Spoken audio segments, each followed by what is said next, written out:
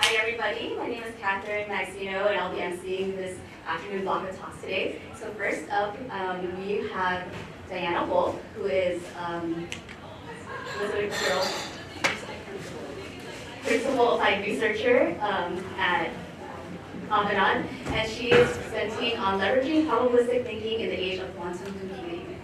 All right, Diana, get set and go. Hello everyone. Congratulations, you chose to go to a talk on quantum.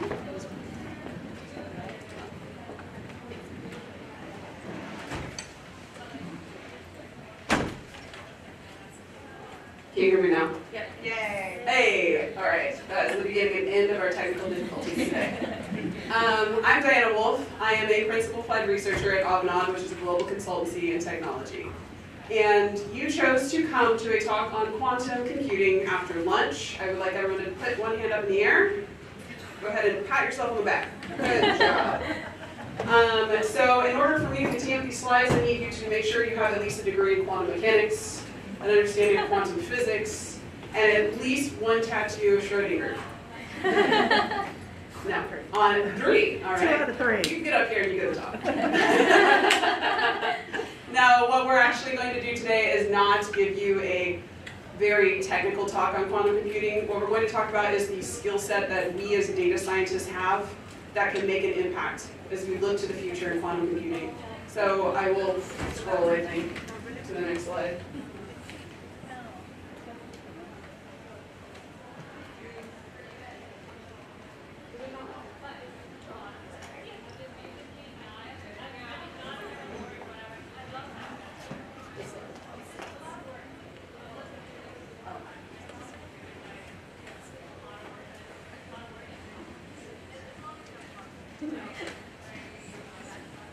There we go. To further introduce myself, I am a psychologist by trade. That's important because most of my talk will be grounded in psychology.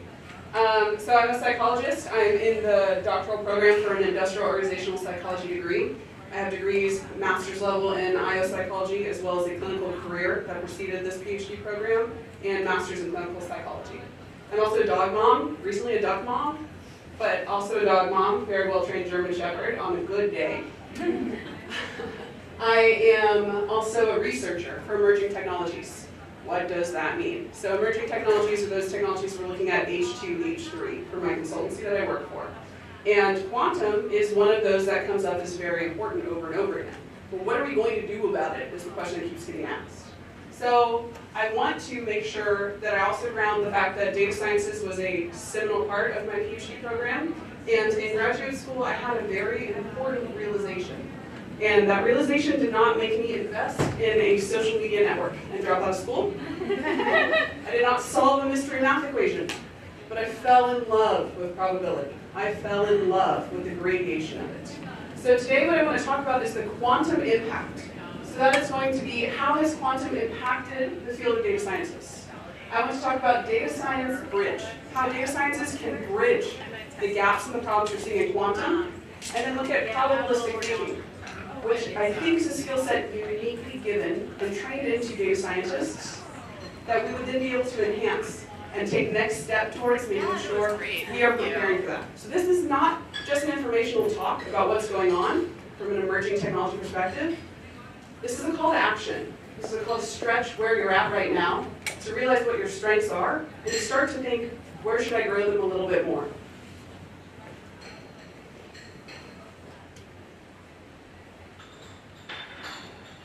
Big words. So, quantum computing. It uses really weird physics to do really cool stuff. Would be the simplest explanation of quantum computing. So, quantum physics exists all around us.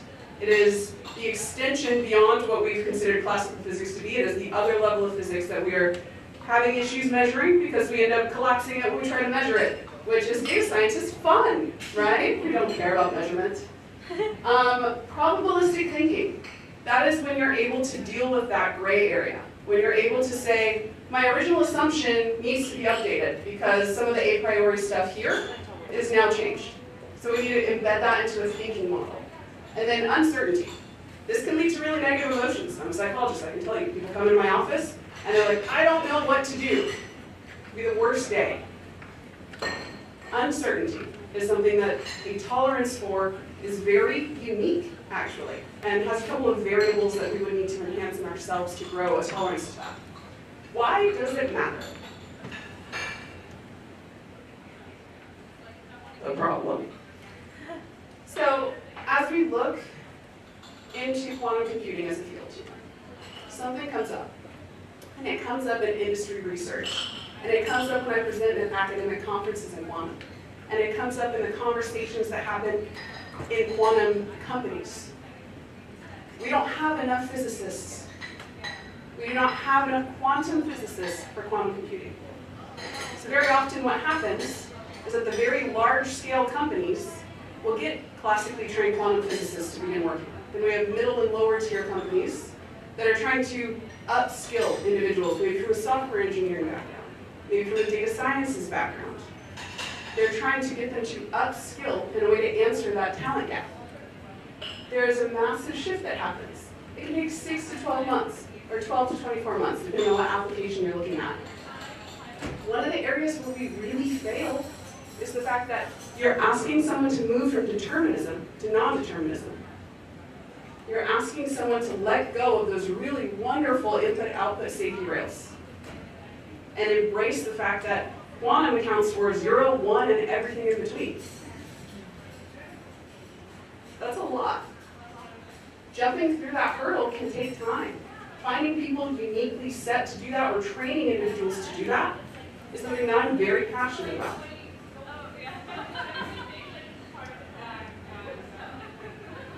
So, what is the quantum impact that has happened in the field of data sciences? We can look at the way that we're able to analyze larger and larger data sets.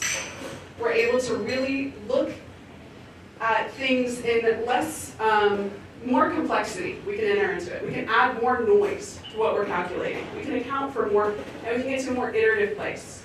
It is far from perfect. If anyone in here asks me, when are we going to see go-to-market quantum computers? Right? I get that question all the time. The answer is 5 to 10 years. Asked me it 4 years ago, it was 5 to 10 years. But we've seen advancements. We can model cells. We can look at things that were previously too complex for a classical system to do, and we can do it. And we don't even need a quantum computer to do it. We have quantum simulators now. We have languages we can speak to quantum simulators in. We have Q#. That's an actionable thing we can do.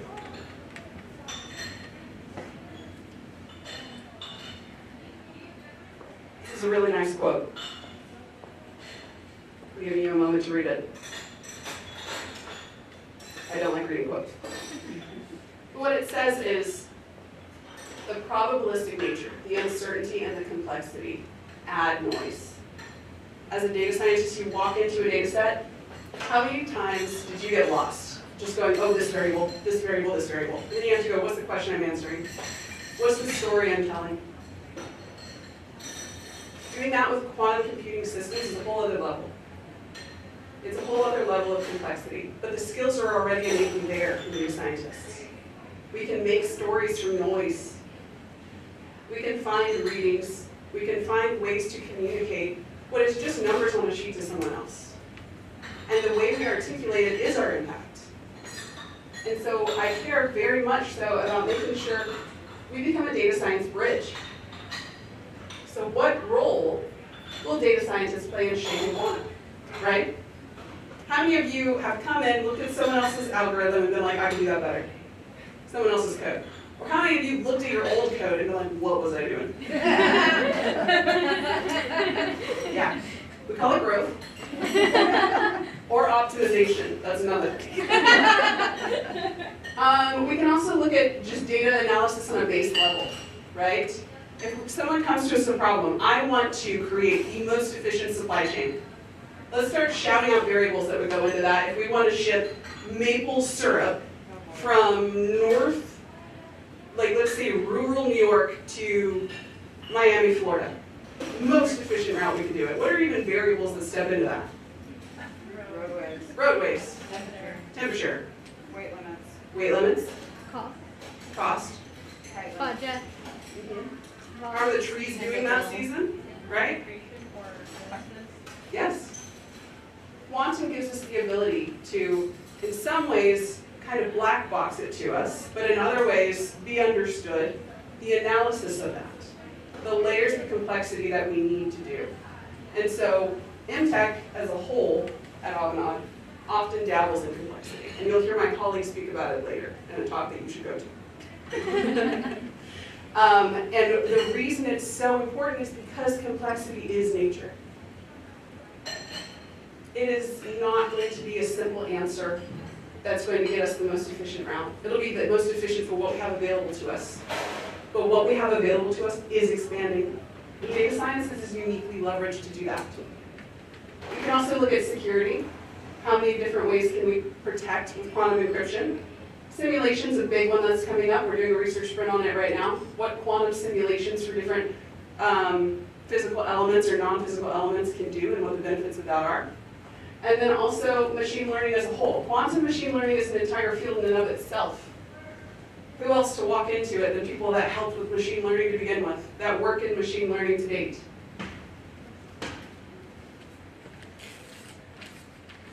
Probabilistic thinking. So, the thinker. My first degree was art history, if you're curious about how I ended up here. But probabilistic thinking is important because it allows us to live in uncertainty without the fear, without the negative emotions of it. To understand that the answer we have today is not the answer we need to have a year from now. And to ground ourselves incredibly well in the reality of the complex situation we exist in. It's also very important to note that it's difficult to get people to accept. There are variables that a psychologist would point to. One of them is resilience. One of them is optimism. A sense of self-efficacy, I can do this. Even if I'm off, or even if the numbers change, I am saying something meaningful.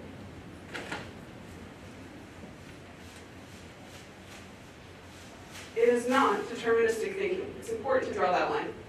Deterministic thinking is super important. It is efficient. It is what has helped us survive as humans. It is a snap judgment that you make. It's often grounded in faulty systems, but it's kept you going. So I think about green eggs and ham. So it goes, no, I do not like green eggs and ham. That's deterministic thinking. They're going to give you yes, no, true, false, significant, non-significant, maybe, right? We're just going to draw a line. Probabilistic thinking, we try to estimate using our knowledge, beliefs, logic, and math to examine the likelihood of a specific outcome. That makes sound Bayesian to you. It should. I use that formula to write that sentence.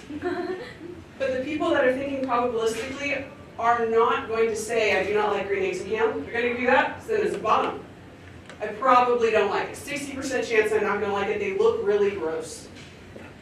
40% chance I might like it because my friend really knows me very well.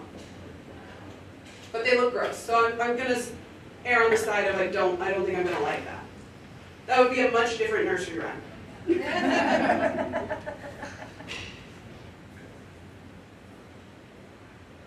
Deterministic thinking, system one thinking, whatever you want to call it, has 1,000 names in psychology, introduces errors. Those errors are your biases and your heuristics, right? So one of the biases is overconfidence. You really, really think like you know it, right? We're not going to question that. Another bias is confirmation bias. We all know it. This is definitely, I have a hypothesis, and my hypothesis is really good. Data can tell the story you want to tell. Availability bias, what do we have available to us? That's the only thing we're going to measure within, right? These are the constraints, whether or not they're real. There's many more biases. Heuristics is the other one, where it's we simplify complex or uncertain situations, but they're not accurate or applicable. So scarcity is one. Representativeness, affects your emotions matter.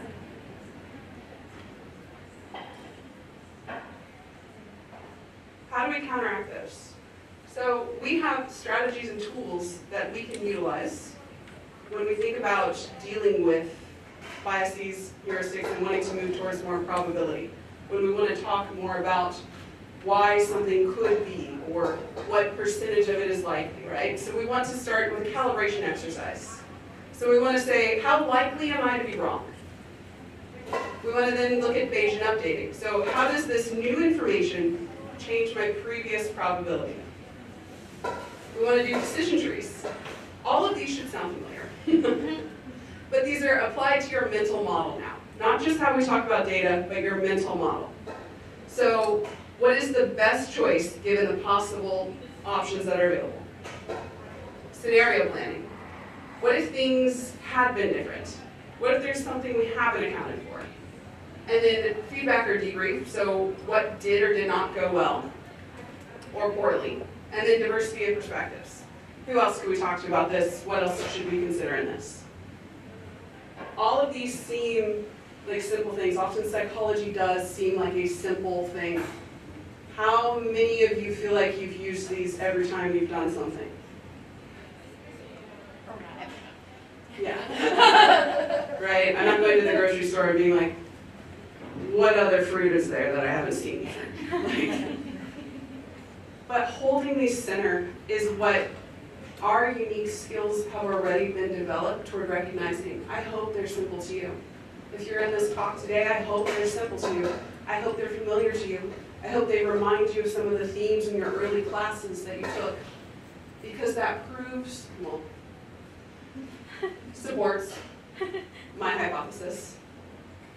Data sciences already has the innate skills to bridge that. When we talk about shortages of workforce for quantum, and there's all these postings, right? We've got IonQ in the area posting over and over. We have the skills to look into that. We have the ability to understand this complexity, and I wouldn't just say this to any field. I would not say this to biology, okay? I'm saying it to this field. I wouldn't say it to a room full of psychologists either, because we ask the wrong questions. It is data scientists that I really feel should step up to the plate, should strategize, should look at ways to streamline training efforts, and should look at ways to really meaningfully engage with quantum. An uncertain timeline of realization in the technology, but not an uncertain timeline of application because it's already happening. So what do you do about it, right? Next steps. There's stairs to illustrate the point. There's a couple of things. When I first started dabbling in quantum, I just started surveying the landscape. I started looking at what are the base things about quantum, because when you say quantum physics, it's kind of scary. When you say superposition, decoherence, any of these really big words, but they're very simple concepts, and you will find that they are true because they're physics, so they're true around you. There's plenty of examples of superposition around you. There's experiences you've had that you'll be able to relate to. So there's entry points into quantum physics that if you have any questions about what references or where to start, do not hesitate to message me about that. And then you can start to understand the use cases. What are we doing today? It's beyond just financial sector. It's beyond just biology. Understand why we're doing that and what the next steps are really going to be, right? You're talking to an emerging technologies researcher. So we really care about what's not only what we're doing now, but why, where that's going next. Because that's going to ground you in knowing the quantum ecosystem. From then you're going to want to be flexible in the way you engage with learning quantum. Q#, if you love coding, Q#, easy place to start if you can already make the maturation into that. It's Microsoft's quantum language. IBM has a ton of GitHub repositories and open source information on where to start with this. And then experiment with emulators. There is a Nobel Peace Prize winning quantum experiment with an open GitHub repository to it that you can run in 30 minutes on your home computer through a quantum simulated or quantum emulated system. We've come that far already.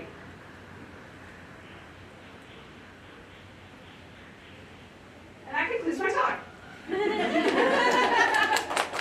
Thanks, Diana.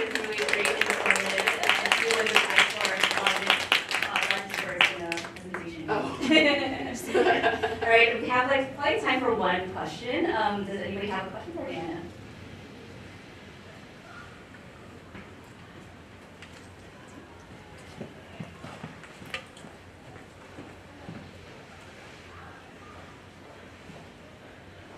From your talk, it's evident that you would love to learn and explore. How did you figure that out, and what brought you to find what you're passionate about? I love this question. I hope to never have a solid answer to that. I hope that I'm always finding new ways to find what I'm passionate about. What I have been able to do is follow my values through my career, which can at times be a privileged statement. I recognize that, but it has been fulfilling for me. So when I think what has the most opportunity to help individuals, to create equity, I follow that path. I began my journey with my consultancy in digital ethics because I followed my values from psychology to ethics. I fell in love with quantum because I see the applications of it and the call to action that we need around it. And so I do choose to follow my values to the best that I can in any given situation, and it keeps me curious. Great. Oh, you wanted to ask? If you're out of time, I can ask up. Sure, please go ahead and ask me really quick. Yeah, I was just, deterministic thinking is also common when it comes to people higher in the hierarchy. And this mindset is kind of embracing that conflict. So we also want to improve ways we want to make that bridge. I don't know. I agree, yeah. There's a ton of leaders that you'll encounter, or even just colleagues, that are, no, this is what we've done, this is how we've always done it, right? They're not thinking probabilistically about, they're not updating their a priori hypothesis, right? Let's be honest, come on. So what we really need to do is what I've found effective when we run into someone who's thinking deterministically and we're trying to explain probability or non-determinism, is to help them see what limitations are we putting on this, right? Sometimes there's a historical reason for those limitations that's significant and real, which could maybe be a resource bias, as we talked about. And other times, those assumptions don't hold up anymore. The conditions have changed, but we've gotten used to operating in this way. So this applies to so much more. It applies to the way you can approach other people. Thank you, Diana. Let's give her a round of applause.